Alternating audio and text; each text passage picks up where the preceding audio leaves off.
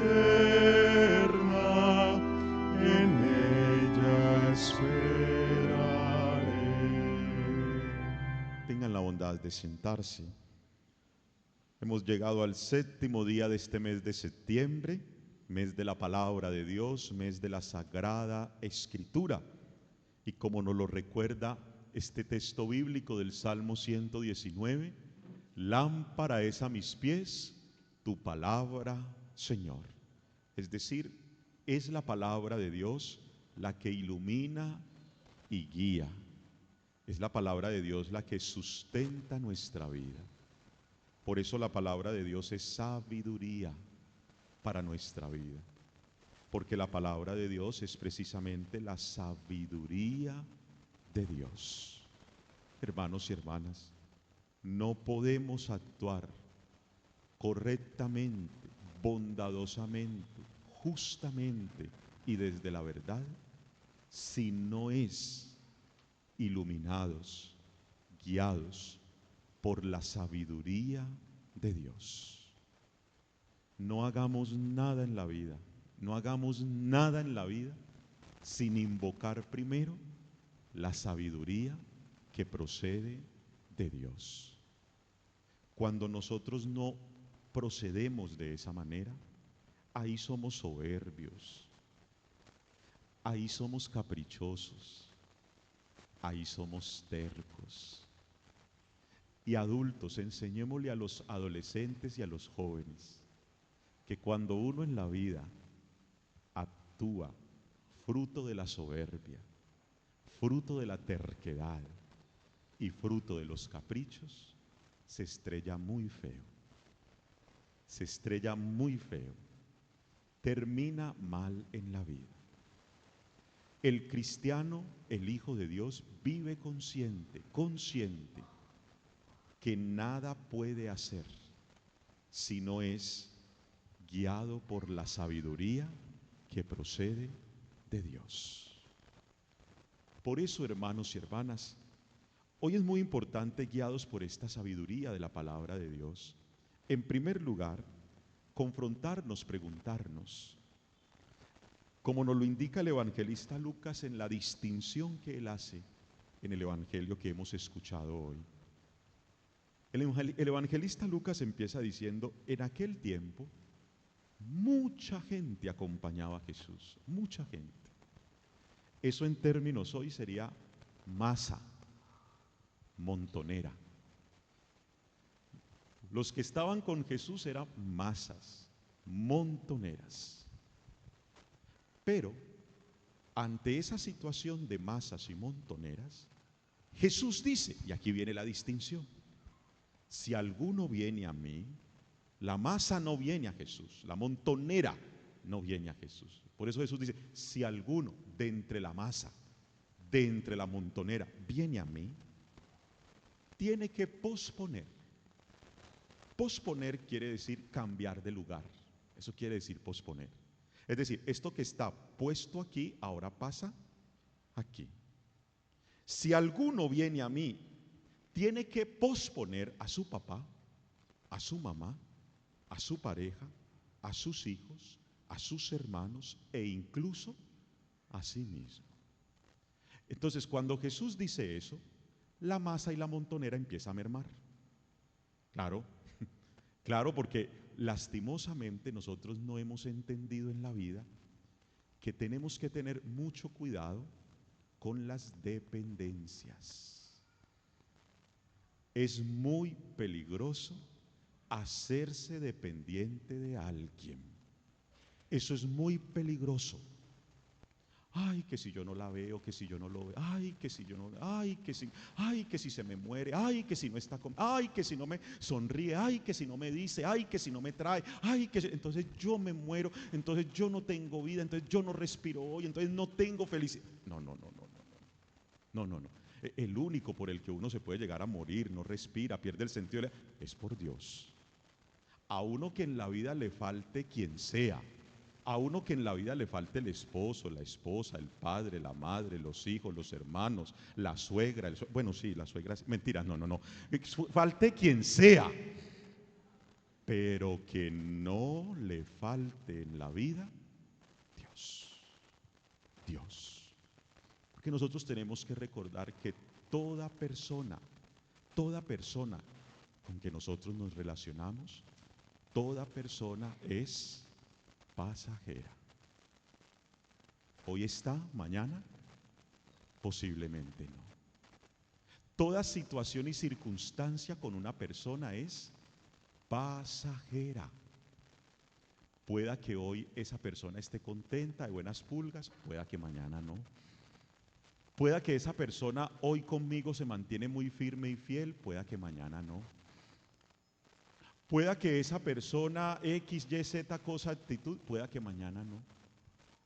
Pero cuando yo me hago dependiente de una persona, sufro mucho. Hay sufrimiento en mi vida. Del único que nosotros tenemos que ser dependientes, porque no puede faltar en nuestra vida, es sustento y fundamento en nuestra vida, es Dios. Qué importante este consejo de la sabiduría de la palabra de Dios para los novios. Tengan cuidado con eso de encapricharse, empendejarse, ahuevarse. Cuidado con eso. Cuidado con eso. Hace mucho daño. Mucho daño. Porque yo no concibo a una persona en mi vida para que sea obstáculo en mi vida, para que sea impedimento en mi vida, para que sea piedra en el zapato en mi vida. Toda persona con que yo me relaciono en mi vida tiene que ser instrumento de Dios para mi salvación. Esposo, esposa, tú eres un instrumento de salvación para tu pareja. Por tanto, tú actúas en nombre de Dios. Por eso el que tiene que estar como primero y centro y fundamento en tu vida es Dios, para que cada uno de nosotros podamos ser instrumento de salvación para los demás. Si no, podemos llevar al otro a la perdición. Miren, hermanos y hermanas, la semana pasada fui a confesar en un momentico a Afganistán y volví. 1 hora fui y volví. Y en una confesión allá en Afganistán se me acercó una señora y me dijo: padre, acúseme que no he podido volver a la Eucaristía porque mi esposo se enoja porque vengo a la iglesia. ¿Qué qué? ¿Qué qué? Ay, Dios mío bendito. ¿Cómo así? Sí, padre, lo que pasa es que y no le gusta que yo ore el rosario y me dice que yo soy una pendeja, una estúpida, que para qué creo en esas cosas, que qué cuentos, que la vida no necesita de ningún Dios. ¿Y ustedes son casados por la iglesia? Sí, padre, somos casados por la iglesia. ¿Y entonces qué pasó con el compromiso sacramental, la alianza de amor con Dios? No, yo no sé, padre, no sé. ¿Y entonces cómo te conseguiste una persona que no es instrumento de salvación en tu vida, sino obstáculo para tu salvación? Ustedes jóvenes que todavía están a tiempo, sepan y entiendan que sí, elíjala y elíjalo porque bonita, bonito, yo no sé qué, y 90, 60, 90, y cuinazo y todo. Miren esas pendejadas, aunque eso pasa, eso se acaba, tarde que temprano, esto empieza a caerse, a arrugarse, ¿sí? Esto ya uno no puede mover con facilidad aquí, no, eso pasa. Toda esa belleza, todo eso pasa.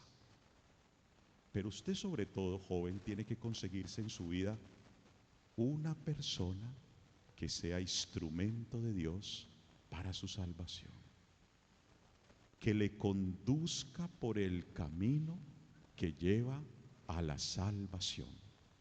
No una persona que le obstaculice el plan de Dios en su vida, el propósito que Dios tiene en su vida. Es ahí donde nosotros tenemos que tener cuidado con la soberbia, los caprichos y las terquedades, que no nos permiten abrirnos a la sabiduría de Dios. Es ahí cuando nosotros decimos: ay, Señor, lo que pasa es que usted piensa que, pero yo pienso que. Lo que pasa, Dios, es que usted propone que, pero a mí me parece que. Lo que pasa, Señor, es que usted dice que hay que casarse, pero a mí me parece que uno viviendo amancebado vive bueno también. Lo que pasa, Señor, es que usted dice que hay que orar en familia, pero a mí me parece que cada quien por su lado también lo hace muy bien. Lo que pasa, Señor, es que usted dice que hay que acudir al sacramento de la confesión, pero yo y yo con mi Cristo lo hacemos muy bacano. Lo que pasa, Señor, es que usted dice, pero yo digo, Señor, yo pienso, Señor, a mí me parece, Señor, yo creo, Señor. No, no, no, no, no, no, no. Necesitamos siempre invocar la sabiduría de Dios para que todo nuestro actuar sea para agradar a Dios. Agradando a Dios, no nos hagamos daño a nosotros mismos, ni le hagamos daño a nadie. Y eso es lo que da la salvación. ¿Qué da la salvación? Vivir agradando a Dios, sin hacernos daño a nosotros mismos, ni hacerle daño a nadie, a nadie. Eso es lo que da la salvación. Por eso, hermanos y hermanas, hoy Jesús deja en claro, el que no quiera ser de la masa, el que no quiera ser de la montonera, sino que quiera ser mi seguidor, sino que quiera ir detrás de mí. ¿Y saben qué es un seguidor y quién es el que va detrás de Cristo? A ese se le llama cristiano. Levanten la mano los que aquí somos cristianos. Bájela mejor, bájela para que no pase vergüenzas, bájela. Porque el cristiano tiene en el primer y fundamental lugar de su vida solo a Dios. ¿Recuerdan la última expresión de nuestra patrona? Solo Dios basta. Solo Dios basta. Todos los demás somos instrumentos de Dios para la salvación de los demás. Ay, hermanos y hermanas, qué confrontada tan berraca la que nos tenemos que dar ahí. Porque nosotros sí nos hacemos muy dependientes de personas. Pero también Jesús va a decir al final, así pues, todo aquel de entre ustedes que no renuncia a todos sus apegos, no puede ser discípulo mío, no puede ser seguidor mío, no puede ser cristiano. Por tanto, hoy viene otro término. El primer término era dependiente. La dependencia es con personas. Pero también Jesús dice, ojo con los apegos. Los apegos son con cosas o con circunstancias de la vida. Ojo con que una cosa o una circunstancia de la vida se ponga en el lugar que solo le corresponde a Jesucristo, en el lugar que solamente le corresponde a Dios. Tengamos cuidado, hermanos y hermanas, con el perrito, el gatico, la mechita, el frasquito, el celular, esto, aquello, la moña, el piercing, el arete, mil bobaditas, mil cositas que son materiales y pasajeras, que hoy pueden ser y mañana no, y que hacemos de nuestra vida un apego de eso. ¿Cuántas veces, hermanos y hermanas, nuestros apegos nos distraen o nos alejan de Dios? Con todo respeto voy a decir esto, con todo respeto, hermanos y hermanas, pero si a mí la mascotica no me deja concentrar en el misterio que acontece en la Eucaristía, sino que a mí la mascotica me distrae y también la mascotica hace que distraiga a los demás, la mascotica no está siendo instrumento de salvación para mí. Cuidado con eso. Si yo tengo que venir a misa para estar detrás de la mascota poniéndole cuidado y no me puedo concentrar en la escucha y la acogida de la palabra de Dios y tengo que quitar mi mirada del gran misterio que acontece en el milagro eucarístico, la mascotica no me está permitiendo experimentar la salvación de Dios.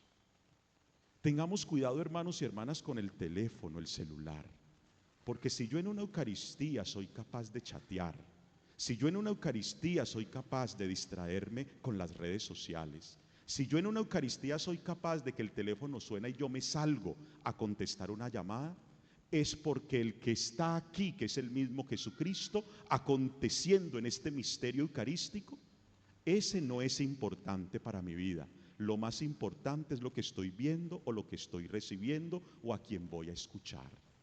Cuidado con eso, hermanos y hermanas. Ay, padre, que es que yo me salí a contestar una llamada porque estoy esperando una llamada importantísima de la clínica. Y cuando burro no moría, gallinazo que comía. Cuando no habían celulares, uno que, ¿qué? ¿Mm? No, hermanos y hermanas, no. Porque es que cuando estamos en la Eucaristía y estamos poniendo en las manos del Todopoderoso la salud de ese del que estoy esperando llamada que me digan algo, ¿quién puede más? ¿La llamada o el Todopoderoso? ¿Qué puedo yo hacer? ¿Yo salvo la vida por recibir la llamada? ¿Yo soy el médico? No, aquí está el médico de médicos. Y yo le confío absolutamente esa urgencia o emergencia que tengo. Por tanto, hermanos y hermanas, esta invitación de Jesús hoy es bastante radical para la vida cristiana. Nos ubica y nos zarandea en nuestra vida cristiana. Necesitamos actuar con la sabiduría que proviene de Dios. Con razón, Jesús en el Evangelio de hoy, en la parábola que nos propone, utiliza dos términos muy importantes para la vida. El primer término es construir. Construir. ¿Quién de ustedes, si quiere construir una torre, no se sienta primero a calcular los gastos? A ver si tiene para terminarla. No sea que quede en ridículo porque empezó y no terminó. Se llama mediocre. Se llama mediocre. Eso sí que está abundando en el mundo de hoy. Con toda facilidad se cansa, se rinde, tira la toalla, desiste. Ojo con eso. Eso no puede entrar como moda en nuestra vida. Por eso Jesús hace la comparación. Es una parábola. La parábola es para hacer una comparación. Porque lo que Jesús está diciendo es, la vida es una construcción. La vida es una construcción. Y en esa construcción se necesita calcular con qué se cuenta, qué se tiene, ¿sí? Para poder enfrentar y asumir todo lo que implica esa construcción. En el lenguaje psicológico le insisten mucho a eso hoy, le llaman proyecto de vida. Proyecto de vida. ¿Hay proyecto de vida en mi vida? Pero la invitación de Jesús cuando dice la comparación de la parábola, la invitación de Jesús es que no puede haber mi proyecto si no tengo en cuenta el proyecto de ¿quién? De Dios. Mi proyecto debe adaptarse al proyecto que tiene Dios en mi vida. Y para que mi proyecto pueda adaptarse al proyecto de Dios, pues yo necesito esto que aquí dice, en los términos de la construcción, calcular, pero en los términos espirituales eso se llama discernir, hacer discernimiento. Si en algo nosotros debemos invertir el tiempo en nuestra vida, porque a nosotros nos toca tomar muchas decisiones, es haciendo discernimiento, para que sea la sabiduría de Dios la que nos ilumine cómo debemos construir nuestro proyecto de vida, agradando a Dios, sin hacernos daño a nosotros mismos y sin hacerle daño a los demás. Pero también utiliza otra comparación Jesús. ¿O qué rey, si va a dar la batalla a otro rey, no se sienta primero a deliberar si con 10,000 hombres podrá salir al paso del que lo ataca con 20,000? Y si en esa deliberación cae en cuenta que no tiene con qué defenderse, pues toma mejor la decisión de mandar mensajeros y decirle, venga, espere un momentico, lleguemos a un acuerdo de paz. De la misma manera Jesús hace esa comparación con nuestra vida. Cuando Jesús utiliza el término batalla, es porque nos da a entender, la vida es un batallar, la vida es un luchar, La vida es un esforzarse, dedicarse, desgastarse, entregarse. Y eso es lo bello de la vida. Eso es lo maravilloso de la vida. Lo que pasa es que el mundo de hoy nos está diciendo, no, no, no, no. Busque la manera de que la vida sea color de rosa. Yo me levanto por la mañana, me doy un baño y me perfumo, me tomo un buen desayuno y no hago más nada. Más nada. No, no. No, no, no, hermanos y hermanas, la vida no es eso. La vida no es eso. En esa quietud no hay sentido de la vida. La vida, hermanos y hermanas, es una batalla. Pero resulta que en esa batalla nosotros te necesitamos, en los términos de estos reinos, se dice deliberar. En los términos espirituales es discernir. Necesitamos discernir si contamos con las armas, con las herramientas, con las habilidades, con las capacidades para poder afrontar las amenazas, para poder afrontar lo que quiere desestabilizarnos, lo que quiere robarnos la paz, lo que quiere obstaculizarnos. Contamos con eso y eso lo da el ejercicio del discernimiento.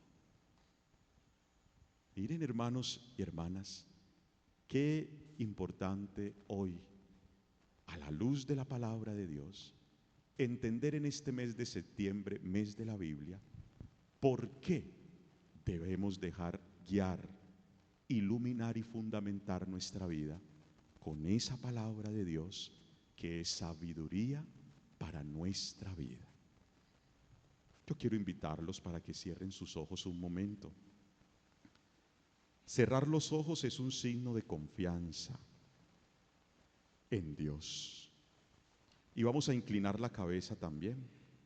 Inclinar la cabeza es un signo de humildad delante de Dios. Y con esa actitud oremos desde el corazón. Padre mío, me abandono a ti. Haz de mí lo que quieras. Lo que hagas de mí te lo agradezco. Estoy dispuesto a todo, lo acepto todo, con tal que tu voluntad se haga en mí y en todas tus criaturas. No deseo nada más, Dios mío. Pongo mi vida en tus manos, te la doy, Dios mío, con todo el amor de mi corazón porque te amo. Y porque para mí amarte es darme, entregarme en tus manos sin medidas, con infinita confianza, porque tú eres mi Padre